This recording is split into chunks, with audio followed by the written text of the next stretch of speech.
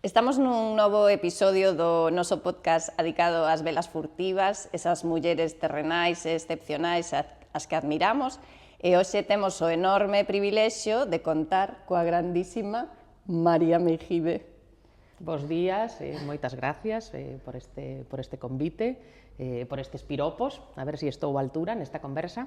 Seguro que sí, é un placer que esteas con nós, é un placer que María Meijide, que é unha artista plástica que se expresa especialmente a través da pintura, aínda que nos vai ir contando como vai desenvolvendo novas liñas, novos medios de expresión, pois agora mesmo ten no noso espazo pop-up en Santiago, na rúa Hórreo 48 baixo, unha instalación de obra gráfica, e precisamente aproveitando esta ocasión que debedes aproveitar vos tamén para poder achegarvos a obra desta grandísima artista, pois quixemos conversar con ela.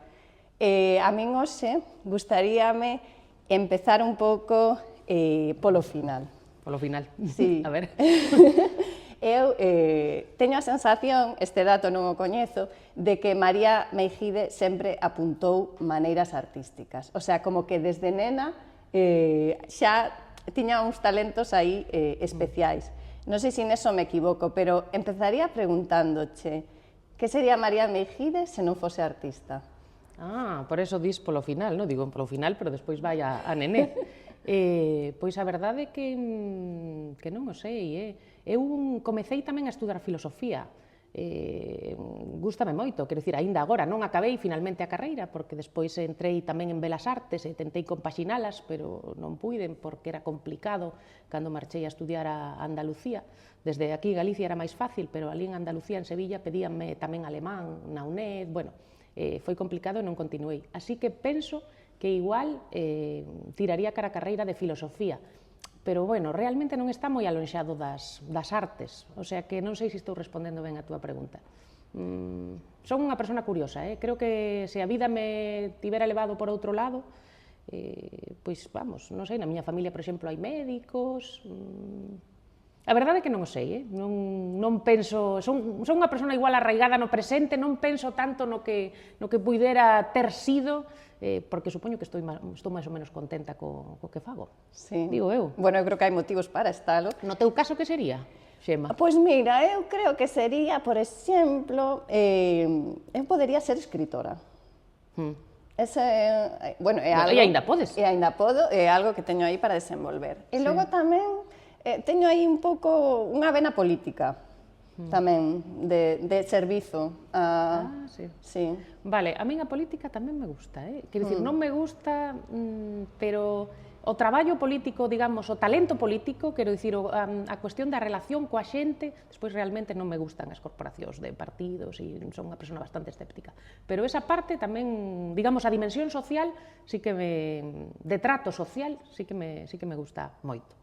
Claro, eu creo que hai algo que te caracteriza, que é precisamente esa habilidade que tes para o trato social, que complementa moi ben, o sea, en realidade, vese como que eres un artista en toda a súa expresión, en todas as túas facetas, máis personal, máis profesional, ese lado de trato persoal como que se integra moi ben na túa figura. Creo que eso é algo que te distingue. Bueno, non sei se me distingue, o que pasa que sí que penso que é unha vantaxe, porque senón este traballo é moi solitario. Entón, se non tes igual ás veces ou non desenvolves estas habilidades, igual quedaste un pouco pechada no teu taller, e de feito é unha cousa que a min ás veces do traballo non me gusta, que estás traballando moito nun proxecto e quedas un pouco isolada, entón supoño que sí, que é unha vantaxe, pero non é algo que traballara moito, quero dicir, creo que de nena tamén era así, non?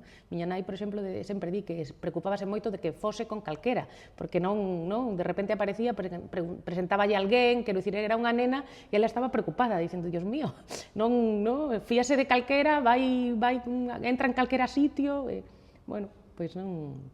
O sea, creo que unha vantaxe tamén pode ser un problema en algún momento.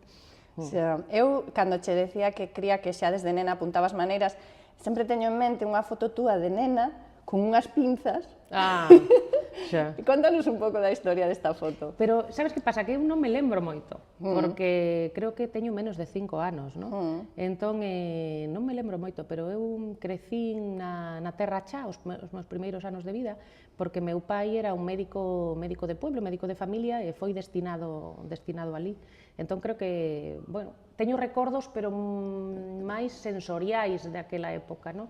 Recordo comer co can, por exemplo, sempre me gustaron moitos animais, e tiñan que ter cuidado os meus pais, porque eu ia comerlle comida ao can, me encantaba. E teño esas imaxes así como de animais, vacas, cans, beber leite tamén con un can que me encantaba, que eu daba a miña leite, a miña nai, tal.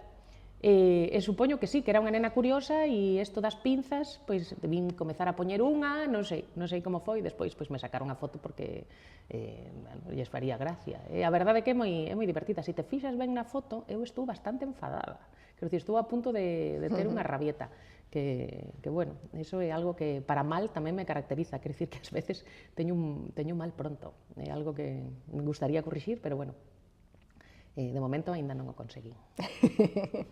Bueno, un dos propósitos. Cando crees que alguén pode empezar a chamarse artista? É necesario estudar belas artes? Non? Realmente sirve para algo? Encáuzate algo? Contanos un pouco. Bueno, a verdade é que esa é unha pregunta complicada, non? Porque as carreiras de belas artes, como en xeral eu penso, as carreiras de letras en España son bastante, na miña opinión, malas. De feito, estuve un par de anos en Pontevedra, non me gustaba nada como funcionaba, porque funcionaba mal, xa non a nivel de ideario da propia facultade, que podes ser máis ou menos afín, non? Pero que realmente non funcionaban ben os talleres, estaban moitas veces pechados. A Facultade de Filosofía de Santiago funcionaba un pouco millor, porque igual non requería de tanta estrutura de talleres, non? E despois fun a estudiar a Sevilla, precisamente porque en Pontevedra falaban mal de Sevilla, e digo, bueno, pois se vos que funcionades fatal, falades mal de Sevilla, igual ali está ben. E tampouco é que funcionasen moi ben, non? E despois estuve en Lisboa, e, por exemplo, me pareceu que en Portugal, polo menos o que eu vin, quero dicir, funcionaba mellor. É dicir, había unha estrutura de universidade un pouco máis...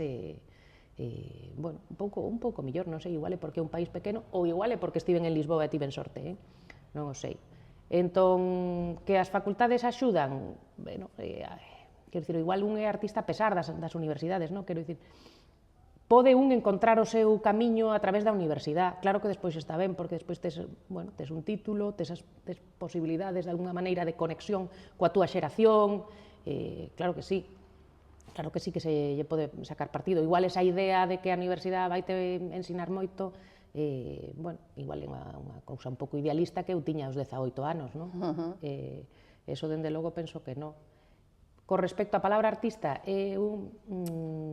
bueno, é unha etiqueta, quero dicir, as etiquetas sirven máis ou menos se as poñemos tamén no seu lugar, quero dicir, tampouco, non?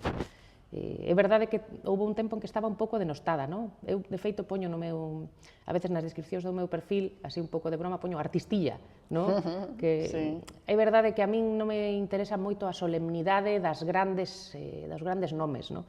Entón, quero dicir, a veces me parece un pouco pretencioso, pero bueno, se o tomas aí con humor, pero bueno, pretencioso, pero bueno, tamén escribí unha autobiografía aos 42 anos, quero dicir, non podo eu meterme coa impostura de ninguén, non? Supoño. Así que non sei se respondín moito a túa pregunta. Eu creo que non é tan importante, que as etiquetas simplemente sirven para determinados momentos e para distinguir, pero que tampouco son tan determinantes. Sí, eu tamén o creo. Vas tocando temas nos que me gustaría entrar. Na túa autobiografía cuantificada dis que te enamoraches de Lisboa. Contanos da experiencia de Lisboa, que foches facer a Lisboa, canto tempo estiveches e que foi o que te atrapou de Lisboa?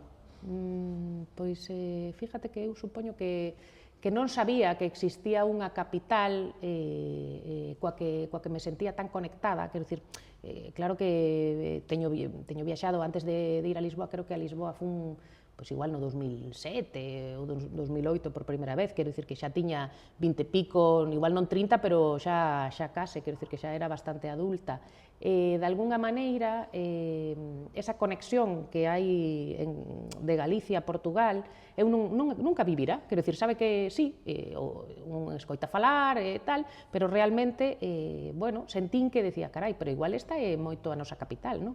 Quero dicir, igual tiven máis conexión, que non significa que non poida ter unha conexión tamén con Madrid e poder disfrutar a cidade, pero foi un pouco todo ese descubrimento, a posibilidade tamén de estudar en portugués, que nunca se me pasara pola cabeza tampouco, bueno, despois a cidade pois, é espectacular, ten un clima estupendo, naquel momento non estaba tan xentrificada tamén, un pouco, bueno, me pareceu que era como, mira, este é o París que me vai tocar a mí, non? Fun un pouco con esa ilusión ou encontreime con ese fascinio de Lisboa que supoño que a moita xente lle ten pasado. Igual agora non tanto, porque realmente a cidade mudou moito, ou as cidades están mudando moito. Pero no 2007, 2008, e despois fun vivir ali no 2009, 2013, foron 4 anos. Fun estudar un mestrado en pintura na Universidade de Belas Artes de ali, do casco histórico, estaba moi cerca do Xiado, e, bueno, a verdad que encantoume. Era nese momento tamén unha cidade na que se podía vivir con pouco diñeiro. Entón, eso tamén é moi importante, porque, claro, eu vivía da pintura aquí en Santiago, tiña aquí un taller, quero dicir, non... De feito, tiven que pedir un crédito para poder financiar os estudios, pero era algo que podía permitir, quero dicir, que non era como irse a París, que igual era imposible conseguir un aluguer, non?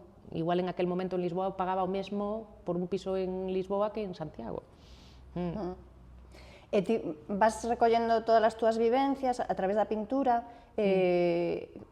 Creo que a túa inspiración provén moito do cotiá, ti mesma tes esta frase de comer, beber, amar, como de ir traducindo o día a día, e as cousas máis cercanas. Contanos un pouco sobre iso. Sí, eu traballo moito porque traballo en pequenos diarios gráficos como este. Entón, bueno, pois é un traballo de diario, o sea que sí que se nutre do rexistro do día a día. E, bueno, de alguna maneira, penso que isto é... De feito, tiven problemas no inicio, cando comecei a estudiar Belas Artes, e, digamos, con esta aproximación ao traballo, precisamente porque era pouco trascendente, digamos, de pouco contido. Hai esta idea de que hai narrativas que son máis importantes que outras, que eu creo que isto agocha realmente unha fenda de xénero importante, quero dicir, era como que, isto como é o que contan as mulleres, quero dicir, de feito, a pintura de Cotiá, de Bodegón, de tal, aínda agora acarreta, digamos, esta connotación de xénero menor, isto é como pouco importante. E, bueno, eu creo que é tan importante que todo o mundo nos vestimos, comemos, quero dicir, é un pouco, pois me parece que a partir de aí podemos identificarnos todos e que é igualmente grande, E, bueno, de unha maneira natural eu comecei a traballar con estes diarios e con este retrato do presente inmediato. E cando descubriches ti que tiñas unha habilidade especial para debuxar, pintar, porque é algo que parece como que che sae moi instintivo, como se xa o trouxeses de sempre, Bueno, eu penso que todos podemos, quero dicir, eu, por exemplo, aí, e máis agora que dou aulas ás veces, creo que isto é unha linguaxe que todo o mundo ten acceso. A ver, é certo que hai nenos que consiguen un acceso de maneira máis espontánea que outros, porque, igual que outros se fixan máis nas matemáticas e outros teñen a sorte de que súa nai é música e toca a guitarra e tocan a guitarra dende nenos. Entón, nese sentido, eu fui unha nena que xa sempre tivo de maneira natural habilidade para debuxar, ou que a encontrou esa habilidade, máis que tivo de maneira, que encontreina eu de maneira natural. Pero penso que é unha linguaxe e que, igual que todo o mundo pode falar idiomas, todo o mundo pode dibuxar e pode alcanzar uns niveis máis que aceptables. O que pasa é que hai unha ensinanza bastante cercenadora e esta idea do talento natural creo que é moi perxudicial e, ademais, que me parece como non sei, ancorada no século, no romanticismo, quero dicir, eu nacín tocado polas hadas, hombre, quero dicir, vale, un ten certas habilidades e tal, pero todo o mundo pode falar inglés, todo o mundo pode falar calquera lingua, todo o mundo pode gañar acceso a unhas nocións máis que boas de debuxo. Entón, Que nos poderías contar do teu proceso creativo? Como é? De que se alimenta? Ou que pasos sigues, por exemplo? Hai momentos en que supoño que de pronto te notas como que flúe todo moi ben, como... Bueno, sabes, eu, por exemplo, traballo moitas cousas á vez, que ás veces é un pouco disperso, é verdad que ás veces o é, pero tamén está ben. A mí me gusta ter, por exemplo, teño agora, igual teño como 8 cadros empezados. Teño pois unhas series do baño, teño estas series de puticlubs de carretera que estou facendo de Santiago a Betanzos, porque vou moito a Betanzos, o taller de grabado que hai ali, na Escola Internacional de Estampa Contemporánea, que non é moi coñecida, pero que é espectacular, así que aproveitamos aquí para facerlles unha cuña de publicidade. Fundación CIE, que é Escola Internacional da Estampa Contemporánea, en Betanzos. Un saúdo desde aquí. Un saúdo desde aquí, un hito internacional, coñece xente de todas partes, moita xente de Galicia non a coñece, pero é coñecida en México, na India, vamos, e veñen alumnos de moitas partes. Entón, vou ás veces a ese taller e, claro, en función un pouco das técnicas, pois teño un proceso de traballo diferente. Pero a verdade é que eu vivo moi inmersa no traballo. Quero dicir, eu, por exemplo, xe que estou un pouco cansada é porque onte estiven traballando ata tarde e estiven pintando, estiven facendo unhas acuarelas, bueno, como vivo nunha casa taller, teño un pouco así organizada a vida. Hai, creo, moitos lugares importantes na vida de María Meijide. Contanos das túas viaxes, eses cadernos de viaxes que fixeches tan especiais, primeiro Asia, despois Sudamérica. Como empezou a xirar? Bueno, primeiro foi Cacheiras Dakar. A primeira viaxe foi unha viaxe a Senegal, que eu era moi nova, acababa de acabar a carreira, igual tiña 20, non sei, 23 ou por aí. Aí comecei a levar estes cadernos pequenos como este de aquí, unha pequena caixa de acuarelas e un pincel, porque é moi cómodo, quero dicir, para viaxar non tes que levar moito peso.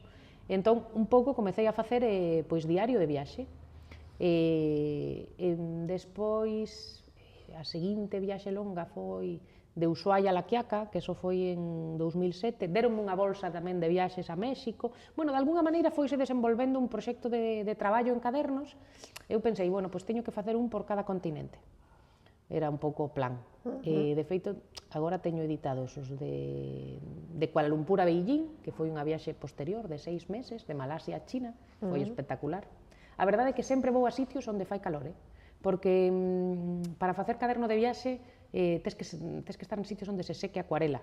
Entón, é verdade que as partes igual máis de frío e as partes máis caras tamén non fun moito. Bueno, ainda me quedaría pois, un caderno australiano. De momento teño o africano, europeo, asiático e americano, pero claro, quer dizer, non teño todo, teño unha parte pequena. Editados, solo teño o asiático e o transamericano. Sí. Bueno, espero que poder facer o australiano en algún momento. Sí, esperamos, porque son libros, bueno, son unha xoia.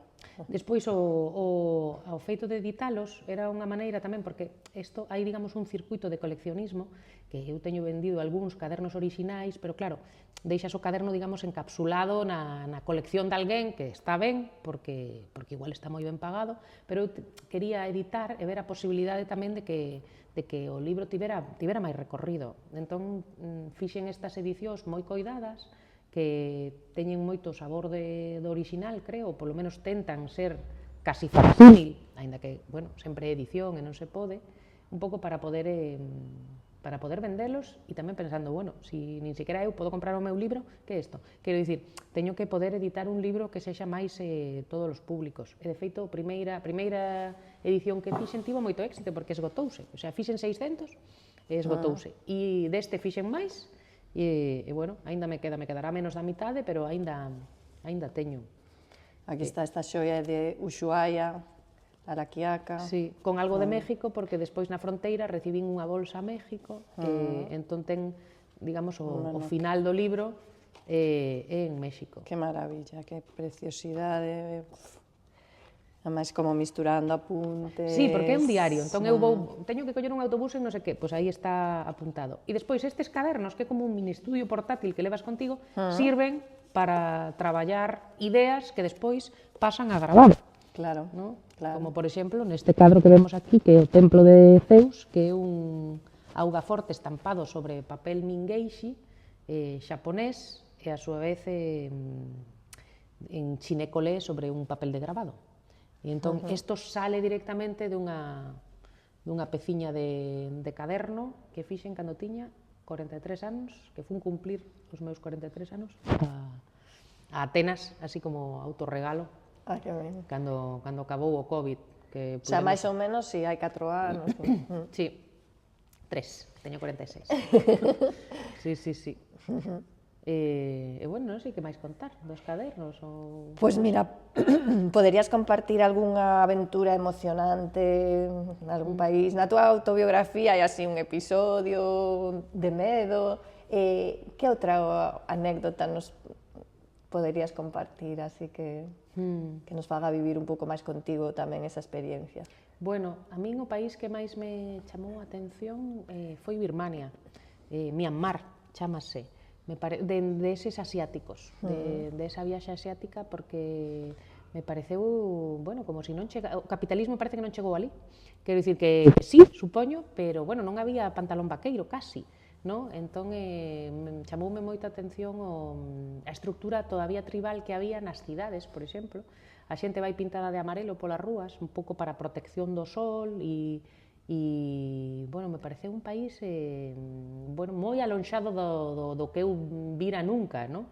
A xente encantadora, despois hai un montón de población que son monxes budistas, creo que teñen unha especie de mili budista, e todo o mundo fai como un ano da súa vida, dedícase a facer este servizo, como quen di, e teñen que vivir da beneficencia, no? Me parece como, wow, isto sí que é unha experiencia, no? Radical, e bueno, é moi exótico, quero dicir, igual tamén queda así como unha mirada colonial a miña. A verdad, eu viaxei por ali, estive pintando e foi... Non quero pecar como daqui deste exotismo, pero chamoume moito a atención. E ti viaxabas soa ou ibas tendo puntos onde a verdade é que atopando con xente? Este viaxe fun con uns amigos de inicio griego-malayos e con un rapaz de Carral, quero dicir que son amigos meus en Lisboa, e despois cada un foi facendo o seu viaxe. Eu fixen 5 ou 6 meses, eles estiveron un mes e pico comigo, e nesta parte en Birmania fomos xuntos, de feito salen aí no libro, Fer e Amir. Despois tamén visitei a unha amiga, por exemplo, en China, e que a verdad que é verdade eso de que hai galegos por todo o mundo. Entón foi fácil, de algunha maneira, encontrar conexións, estar unha amiga de Marín, Andrea Nunes, que estaba en Nanjing, traballando ali Andrea Nunes, a gran poeta, claro, Andrea. Fun visitala, de feito, sí, tamén sae no libro. Bueno, a mí me pareceu moi seguro viaxar polos países asiáticos, as partes, o tempo que estiven eu sola, non me pareceu nada perigoso, a verdad. Ou tiven sorte, quero dicir tamén. Pero, bueno, é fácil, a xente encantadora, non me pareceu... Me pareceu tamén eso como moi honrada. Por exemplo, en Vietnam perdín o teléfono 2 veces, devolveronmo, quero dicir, e despois son experiencias tamén potentes, porque date conta que é un país igual casi tercermundista, no?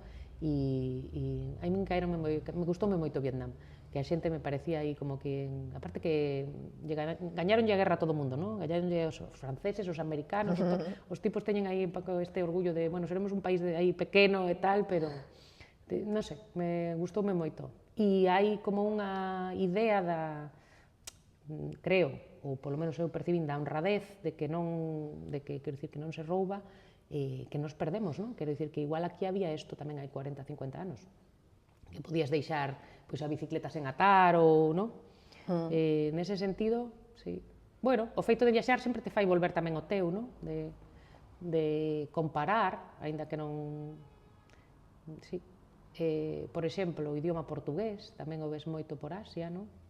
Lembrome en Bangkok, que había unha iglesia que era Calawar e que viña de Calvario.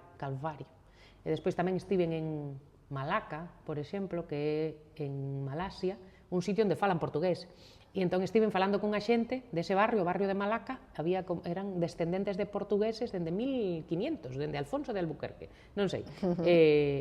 Aínda falan portugués, entón, iso tamén está guai, non? Ver as posibilidades que ten pois esta cultura nosa galaico-portuguesa, estas posibilidades de conexión que todavía están aí, non?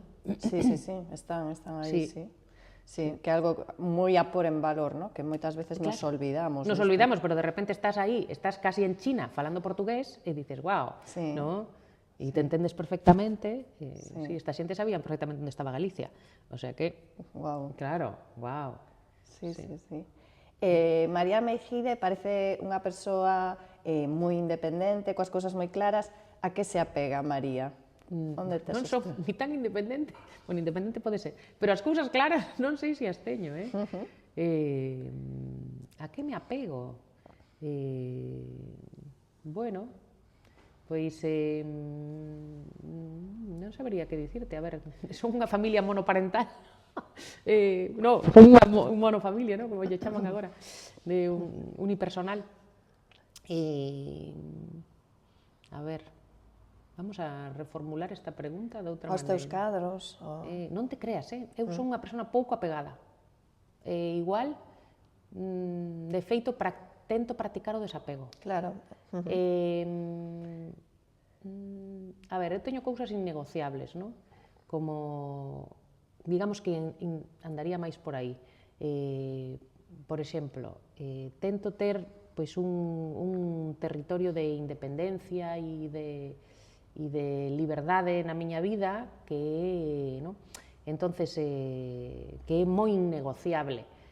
Entonces tamén tento que coas miñas amistades e as grandes relacións tampouco atentarlles aí, quero dicir, ese respeto. Por exemplo, eu teño unha grande amiga que vive en Italia, igual que non, pues, como moita xente, que non nos vemos en moito tempo e que, bueno, que non hai exixencias. Entón, esas relacións de pues así ideais igual de non exixencias son as que máis me apego. Penso que igual vai por aí. Despois, o feito de apegarme aos meus cadros, pois a verdad que non. A mí me gusta vendelos, tento desfacerme delos para que haxa oco, precisamente me apego ao tempo que me pode dar unha vida libre, eso sí. Entón, intento non ter moitas cousas, non o consigo porque teño unha casa taller enorme, que é un armario. Como lidia María coa incerteza? Está asociada moitas veces ás profesións creativas, temos asociadas unha dose de incerteza a veces maior, aínda que é moi relativo, porque a incerteza está en todo, por moito que pensemos que todo está estructurado, a vida nos cambia dun día para outro a calquera. Como dirías ti que lidias, ou cando tes momentos máis difíciles ou que non sabes moi ben por onde sair, onde buscas un pouco... Lidio mal, como todo o mundo, porque quero dicir, creo que vivimos unha vida que parece, ou igual non sei se é a miña idade, pero que vamos cara a máis precariedade, non? Esa é a sensación que eu teño, que cada vez é máis precaria a estructura social no noso país. Eu teño esa sensación. Entón, eso non é algo co que ninguén penso que se poida lidiar ben. Pero bueno, igual non queda outra, quero dicir, non queda máis que relativizar e bueno, a fin de contas tamén e ser conscientes tamén de que temos pois moita sorte igual de ter un teito, de ter unha familia viva, igual pais, quero dicir, igual hai que pensar un pouco en positivo no que un ten, non? E precisamente, eu cando teño así as miñas crises, que tamén as teño, penso, bueno, pero vale, non teño igual ningunha casa en propiedad, non teño unha familia miña propia que construí, quero dicir, esas carencias tamén as vive, non? Quero dicir, tamén as vivo como muller, por exemplo, de 46 anos, non? Quero dicir, e tamén pensas, wow, enseguida estou fora de mercado. Pero despois penso, bueno, sempre estive fora do mercado. Quero dicir, realmente eu xa fun por outro lado, non? Entón, non queda outra máis que relativizar. Pero, bueno, que vivir se vive mal con inseguranza, sí, pero, bueno, si te enfocas aí, claro. Claro. Claro, claro, sí. Despois, ao final, vai saindo, quero dicir, e por moito que te preocupes, non consigues máis que preocuparte. Claro. Ou polo menos a mí non me funciona. A clave está máis en ocuparse, non? En ocuparse e agradecer, como ti dis. Sí. Poñer o foco Sí. nas cousas Sí, boas. sí, sin ser tampouco dos mundos de Yuppie, quero dicir que, por suposto que hai un montón de cousas que non funcionan ben, non? Non sei, é como conseguir, non sei, ter humor con este pesimismo, con esta, non? Vai máis por aí, non sei se o expliquei moi ben. Sí, creo que sí. E que che supuxo a cartografía emocional de Compostela, este clásico que está en tantos fogares, entre os que me incluo? Xa. Pois mira, isto, de feito, fixeno en Lisboa. Cando estive, sí, isto foi un encargo dun coleccionista, un amigo que me ten comprado obra e tal, e ele me decía, tens que facer un mapa, non sei que, non sei quanto. Realmente foi un encargo desta persona. E eu, no inicio, non tiña moitas ganas de facelo, pero despois, digo, bueno, pois veña, vou non facer, porque esta persona pois sempre me ten apoiado e tal, e entonces comecei a facelo. Tardei anos, e comecei a facelo dende a memoria emotiva da cidade, dende Lisboa, e ao final fun enganchando. En principio pensaba, non quero facer un mapa porque vou ter que estar, pois, bueno, esta idea da ausencia de libertad, non? Dicindo, vou ter que aquí contenerme, ter que facer isto, non sei que. Despois, bueno, digo, bueno, pues calquera cartografía personal é perfectamente válida, non? Toda cartografía responde a unha ideoloxía e a unha visión, por que non a miña, non? E bueno, funme divertindo e nada, despois, pois, o encargo foi entregado, de feito original é desta persoa. E unha vez feito, foi cando decidín que se podía facer unha edición. E bueno, realmente foi unha cuestión de lanzarse, porque era máis barato facer 1000 que facer 250. Entón, de feito, primeiro comprei 1000 tubos tamén, que foi unha locura, estiven dormindo nos tubos. O sea, ocupaban en aquel momento, tiña unha habitación alquilada e ocupaba a mitad da habitación todo o tema dos tubos. E a miña sorpresa foi que foi un éxito, foi presentado na Fundación Granel e tivo unha gran acollida, pero unha gran acollida. E, bueno, ás veces un non sabe moi ben por qué, de repente, pois igual era algo que a xente estaba demandando de alguna maneira ou esperando. Funcionou moito, de feito, incluso podíamos dicir que casi morre de éxito, porque, sí, despois a xente me quería encargar mapas e tal, e digo, claro, eu non fago mapas, non podo facer un mapa dunha cidade que non teña moi vivida ou moi coñecida, e non, ni tampouco me dedico a ilustración, non? Quero dicir, despois, que decir, claro que podo facelo, pero non teño igual a formación como ilustradora, nin orientada a miña carreira para aí. Entón, bueno, eso decía yo, carai, eu teño unha pintura interesante, non sei que, el mapa. Pero bueno, que está ben, estupendo, porque ahora estou xa na 5ª edición, é un traballo que funciona solo, e bueno, penso que sí, que se convertiu, xa se afianzou como un clásico de representación da cidade, así que, nada, teño que estar moi agradecida. Pois sí, é verdade. Como falábamos na introducción, pois ti eres coñecida moito polas túas acuarelas, bueno, pola pintura en xeral, e agora estás entrando como a traballar en novos medios, ¿no? Como grabado. Sí. Contanos por onde van as túas exploracións e hacia onde queres tirar nun curto prazo. Sí, a verdade é que non o sei, pero é verdade que nos últimos anos, vinculado, de feito, á edición dos cadernos de viaxe, comecei a meterme no mundo da gráfica. E bueno, como descubrín esta escola, esta fundación CIEC en Betanzos, Centro Internacional da Estampa Contemporánea, comecei a facer traballos de serigrafía ali, e bueno, despois enganchei e fixen o máster completo, tardei anos en facelo, porque ademais houbo a pandemia polo medio, e un máster moi, bueno, que te pide moita dedicación, porque son 8 horas ao día. Son módulos de 8 horas ao día, creo que traballas de 10 a 2 e de 4 a 9. No, de 5 a 9, bueno, non sei, non me lembro agora dos horarios, pero é moi intenso, o sea, que tens que aparcar o traballo e meterte ali, non?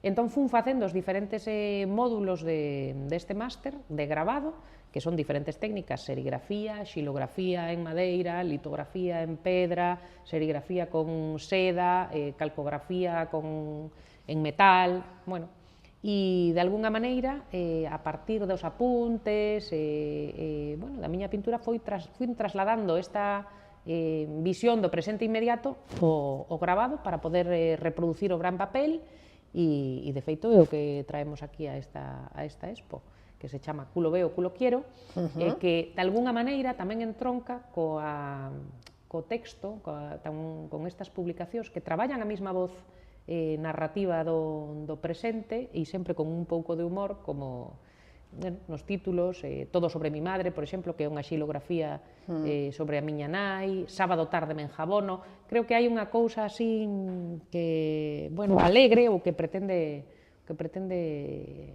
restar solemnidade, de alguna maneira. Mira, queda moi solemne isto. Non sei, creo que estou aquí enrollándome moito. Ti córtame, Xema, No, sí, vamos, está sendo super interesante. Sí, digo, eu aquí estou falando moito de min, isto é demasiado. Eu precisamente querería que desenvolveses esta parte que me resulta moi simpática do teu rexeitamento, entre comillas, a solemnidade, que isto se me fai moita... Bueno, é que me molesta moito porque penso que igual é un problema que teño eu, quero dicir, é unha teima así persoal. Creo que hai moita impostura, non? Entón, no xeral, creo que hai moita impostura e de repente hai moitos proxectos que están alineados sorprendentemente coa xenda, que lle vai ben, coa xenda política, non? Ou co tal, pero pasa en todo, quero dicir, pasa con as esquerdas, coas dereitas, pasa agora cos feminismos, pasa con todo. Entón, non sei, me dá un pouco ganas de rirme un pouco de todo isto, non? Quero dicir, vamos a ver, agora de repente todo o mundo eu que sei, pois antimonárquico, sí, pode ser, pero quero dicir, de repente está ben visto, sabes? Sí. Bueno, podería dar moitos exemplos, é unha actitude xeral e, non sei, igual é que son un pouco picona, non? Un pouco así como... Sí, é divertida esta parte provocativa ou polémica túa, non? Claro, que non significa que eu non sexa pois un montón de cousas, non? Pois que non crea neses valores, non? Pero non me gusta moito cando sospeito das obras artísticas ou que son máis políticas que artísticas, sin que por eso me parezca que non teña que haber arte de protesta. Bueno, creo que todo o mundo sabe o que quero dicir, non? Eu, polo menos, entendo a mensaxe perfectamente. Entón, esta ironía vai un pouco por aí. Sí. Creo que é un pouco un grano no cu, son un pouco así. Pode ser. Bueno, esa curiosidade que tes polas cousas tamén te leva como a sondear, non? Sí, é que me molesta un pouco o políticamente correcto. Entón, o políticamente correcto en todo, non? Que non significa que non haxa que ser educado, evidentemente. Evidentemente, sí, evidentemente.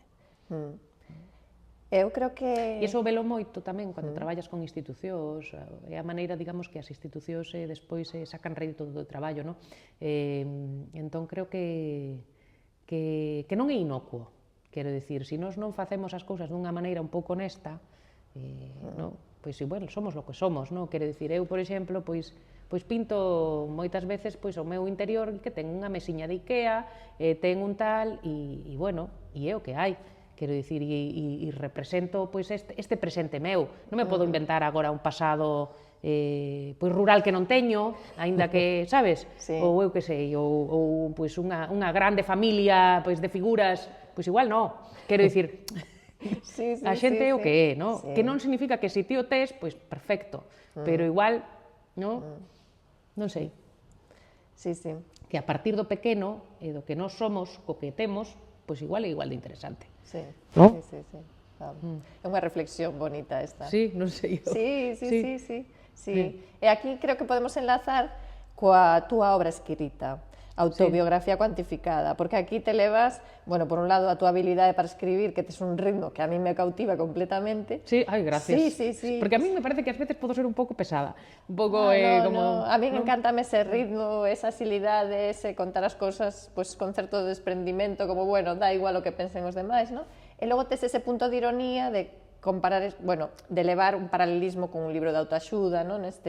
Entón, contanos un pouco como é o teu proceso de escrita, en que momento estás, porque creo que ademais vas seguir explorando por aí. Sí, oye, pois mira, este libro saiu duns cursos que fixen con Carlos Cartoné, que é da editorial Irmás Cartoné, E comecei a facer estes cursos de escrita un pouco así, bueno, como que vai a probar, e foise desenredando esta autobiografía dunha maneira así, bueno, ten moito que ver cos xogos estes franceses da Oulipo, no? Que son como matemáticos na escrita, e entón, claro, o feito de poñer en epígrafes, bueno, a mí me gustan as estruturas, porque son unha persona igual nese sentido un pouco neurótico obsesiva ás veces, no?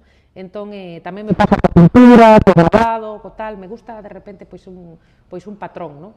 E esta é unha maneira moi simpática facer listas, no? Me parecía unha maneira moi guai de describirse a un mesmo e que ademais obligache a identificación completamente, porque se eu te digo, pois eu mido un 60 e pico, pois eu que sei, ando 4 km pola mañá, como non sei que, quero dicir, vas a ir un pouco a ti mesma, entón me parecía moi guai este reflexo especular e despois volve a incidir un pouco no mesmo, nesta rexeitamento da trascendencia ou da solemnidade excesiva, porque bueno, mola cuantificar, non? E tú canto me queres? Eu quero te 11. Quero dicir, non sei, é unha maneira, en vez de decir te quiero como las profundidades, quero dicir, sin desmerecer o outro, non? Igual tamén é porque non me sale, quero dicir, non sei, pode ser. Entón, bueno, a escrita a min sempre me acompañou, a min sempre gustoume moito escribir, e sempre escribín. Entón, agora estou con un proxecto que igual terá pinta de novela fragmentada, igual non sale, non sei, que ten un pouco que ver con esta voz de diario que toca moi diferentes temas. E, bueno, que é un pouco o sustento do cal se nutre o meu traballo. Entón, tamén é moi divertido, quero dicir, escribir un pouco tentando escribir como se fala, non? Porque a min gustame falar. Entón, igual que estamos nesta conversa e podoche contar non sei que, pois é un pouco mesmo, penso. E despois o formato libro tamén, o formato texto, é tamén outro ambiente, me parece guai tamén, porque moitas veces a pintura é mal interpretada, non? Sobre todo a pintura figurativa, ou polo menos eu vivín eso, non? A pintura figurativa sempre foi como mal, isto é como a pintura, estás pintando o que ves, como se fora pouco, non? Eso tamén me molestaba, entonces igual hai algo de eso aí. Claro, sin embargo, hai certos sectores da poboación que é ao contrario, non? Como sabe pintar de verdade, porque o que está pintando reflexa a realidade, non? Como se é abstracto, pois non é a realidade, non sabe debuxar, non sabe pintar. Sí, hai os dous. Hai os dous. Hai os dous. Hai quen che di que se pintas a realidade é como que eso non ten mérito, non? E hai quen non entende a abstracción. Sí, a verdade que é unha cousa moi... é unha chorrada tanto unha como outra, non? Quere dicir, non sei. Pero sí, é verdade, eu sufrín un pouco esa e agora cos grabados que son máis abstractos estou sufrindo máis este outro, non? Isto que non se comprende cando non é... Eu creo que hai que intentar intelectualizar menos, non? E disfrutar máis do... Quero dicir, isto fala máis cos sentidos, non? Pero sí. Comentábasnos que, por exemplo, a túa obra gráfica fai que se depure a túa obra pictórica, non? Sí. En que crees que contribúe a túa obra escrita, a túa obra máis plástica de pintar? Bueno, agora se me está un pouco mezclando. Os títulos son cada vez máis literarios, igual, non? Bueno, igual sempre foron, non? Igual sempre foron. Pero, por exemplo, fixen unha peza que se chama son unha persoa obsesiva e miope, que era obra gráfica. Entón, era unha maneira de levar o texto á obra gráfica. E entonces, eso funcionaba como foi unha instalación nunha parede. No? E despois, bueno, pues eran como digamos, pósters deste texto. Entón, aí había unha peza bastante conceptual, non? Non sei. Sí, non sei, si eso sí que ten o texto na parte plástica, por exemplo. Eu creo que non son tan diferentes. A mí me parece parecido. Sí. Ou polo menos... Eu realmente creo que ao final é todo o mesmo. Sí. Ao final é todo o mesmo e é un pouco un rollo. A ver si me salgo de mí misma. No? Quero dicir, igual me paso de... ¿no? Hai que igual ir a outro lado. Non sei. Un intenta moitas veces cambiar e a verdad que non se pode, creo. Pódese cambiar de técnica, cambiar de... ¿no? Hai unha faceta que ao mellor algunhas persoas non coñecen de ti, que é esa parte da docencia. Ti tes un método infalible para ensinar. Eso, sobre todo para vender, o meu método dentro é infalible. Sí, creo que as dúas cousas. Ese método no que sabes e confías en que calquera persoa que siga o teu curso vai poder debuxar, que vai poder expresarse deste xeito, non? Sí. Eu teño uns cursillos que se chama, o curso que se chama O Ollo Vago, que é manual de debuxo para desahuciados, xente que non debuxa e que pensa que non pode conseguilo, non? Xente que non sabe debuxar e que pensa que non pode conseguilo. E realmente eu non é que creo firmemente que temos moitas veces o acceso como adultos vedado ao mundo do debuxo porque estamos ancorados nun debuxo dos 7 anos. Porque realmente a partir de aí é cando deixan os nenos de debuxar, de 7 ás 9, bueno, porque non consiguen os obxectivos igual que les pensan que teñen que conseguir e non hai ninguén que lles axude, como penso que se non te ensinan matemáticas, tamén a maior parte da xente non aprendería matemáticas. Non? Pois isto é igual, entón creo que realmente ten que ver con unha mirada reflexiva sobre a túa propia percepción. O sea, o curso realmente o que te axuda é a mirar máis que a debuxar, porque a menos que teñas un problema motriz e que decir, todo o mundo pode debuxar, e aínda que o teñas, que decir, podes debuxar co pé, porque o debuxo é mental, e un pouco consiste este curso en unha serie de exercicios, aparte con un timing agresivo, para que non penses, o sea, se trata de que ti non te xucies, porque se conseguimos anular o teu xuicio de rexeitamento que tes, que pensas que non podes debuxar, vas a ver que vas poder. Entón o que fago é, digamos, obligarte a quitarte esas gafas da costumbre coas que normalmente miras. Por exemplo, facerte consciente de que unha manzana, por exemplo, é moito máis parecida a un borrón que ao logotipo de Apple. Pero moitas veces a xente quere debuxar o logotipo de Apple, ¿no? Con o seu rabiño, tal, non sei que. Quero dicir, están debuxando con iconos, en vez de ser conscientes da maneira en que nos percibimos. Entón, son exercicios os que propoño que realmente son te obligan a darte a volta, por exemplo, debuxar ao revés. Cando ti non sabes o que debuxas, sorprendentemente, debuxas moito mellor, porque anulas o xuízo. Ou, por exemplo, debuxar coa visión periférica, ¿no? Isto que estás vendo por aquí. ¿No? Entón, ti, se debuxas solo isto, sin estar enfocando, o mellor saeche. E cando a xente ve que os resultados funcionan, bueno, é un pouco enganchar e despois ser consciente de que é un curso moi déspota. Se non me faz caso, non funciona.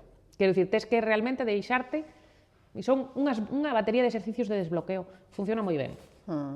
Despois, realmente, claro, é para gañar o acceso a que tú vexas que tes esa capacidade que ten todo o mundo. Sí, eu coñezo algún alumna, e a verdade é que cousas que vin que fixeron, o sea, maravilloso. O método funciona.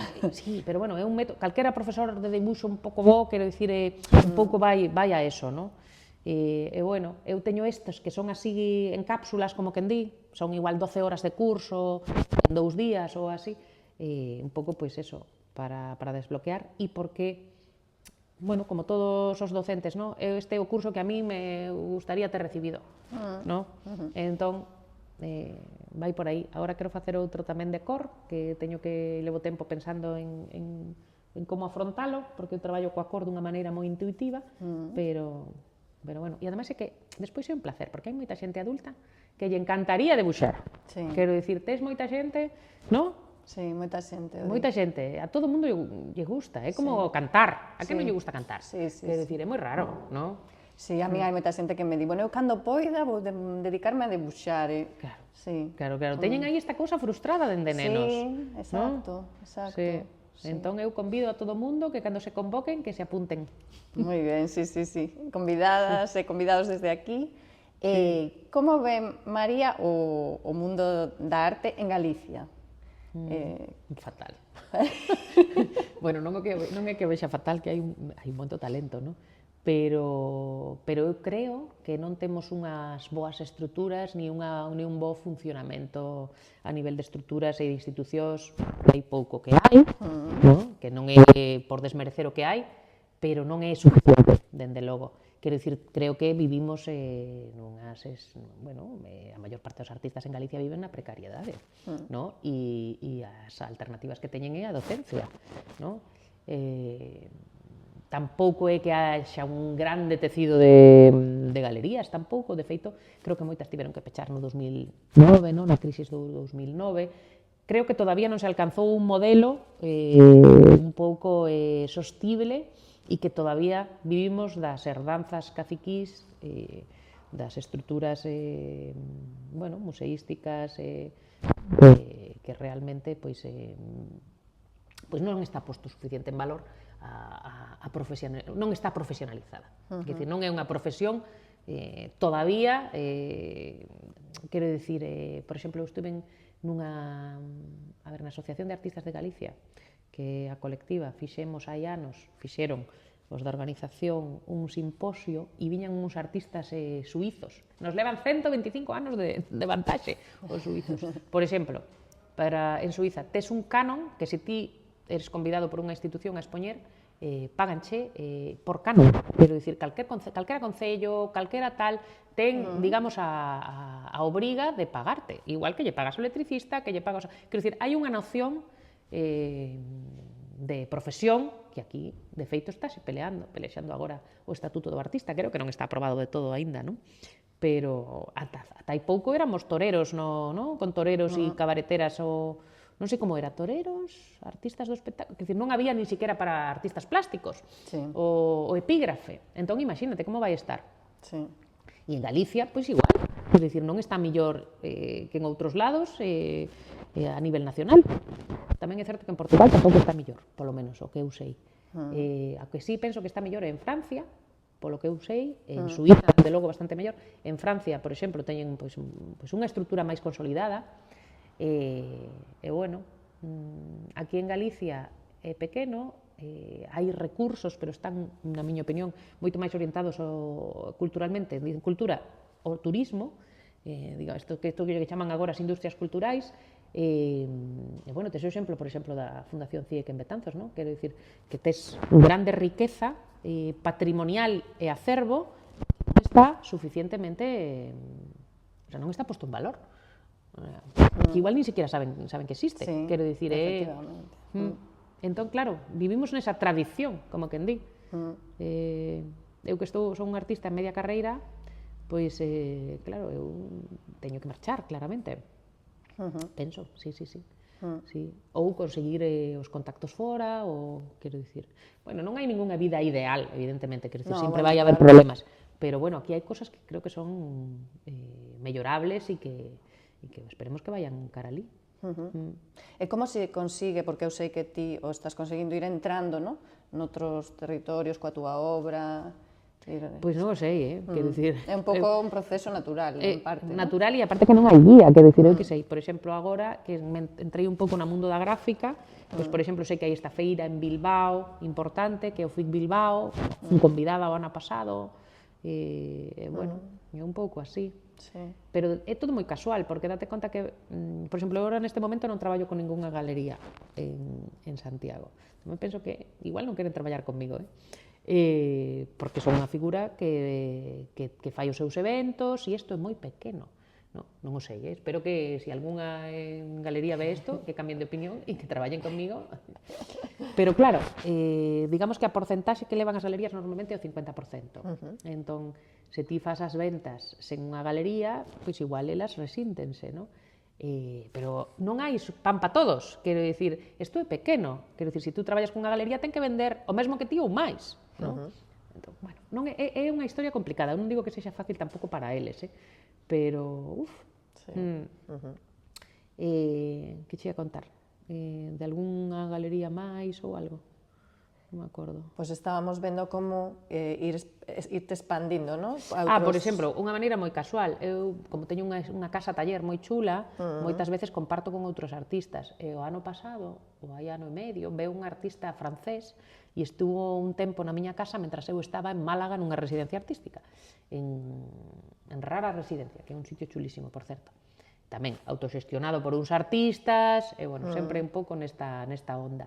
E este rapaz ten unha serie de xente que lle compra obra en Francia, coleccionistas, non sei que, e entón avisoulle a este coleccionista seu que viña de visita aquí a Santiago, di, vai visitar o estudio de María Meijide, non sei que, non sei cuánto. Entón, ali veu este señor francés que dixo, levo isto, sin ningún problema, non? Quero dicir, un cliente que igual, como consigues? Pois estando nas redes deste mundo da arte, que é moito máis fácil cando que veña a través dunha galería, pero bueno, que tamén pode vir de outras maneiras, non? O sea, que é casual ata certo punto, non? Quero dicir, o teu traballo e vida levante a estas redes e bueno, sempre hai que poder aproveitar a oportunidade, claro.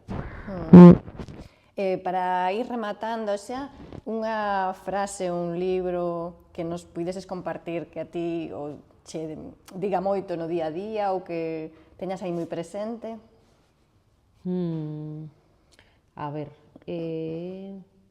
un libro, que cambio moito, A min, fíjate que agora, falando do tema de autografías, gustoume moito Strange Land, desta artista inglesa, agora non me vai salir o nome, pero vámoslo buscar. Tracy Emin, por exemplo. Co tema da autobiografía, non? E, noutro sentido, Lupe Gómez, en Galicia, que tamén traballa con material autobiográfico e me parece lo más. Entón, igual está guai esa concomitancia, máis aproveitando que está agora este festival de Alguén que respira, non?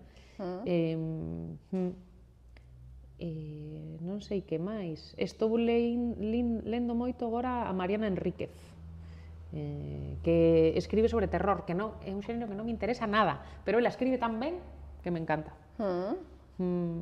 E ti chegaches a facer unha obra pictórico-poética con Lucía Aldao. Ah, sí, en Pasau. Fomos a unha residencia artística, ali. Sí. Tamén é unha figura que me gusta moito, Lucía. Agora está máis decantada, está co tema da música, non? Está con este proxecto. Encántame as súas letras tamén. Esta que ten como que horror, a última, encántame. Sí, estou pensando en máis textos, igual que poidan, non sei se teño así algún texto, non sei, e ti, cales tes? Tes algún? Dime un, a ver se así me tiramos.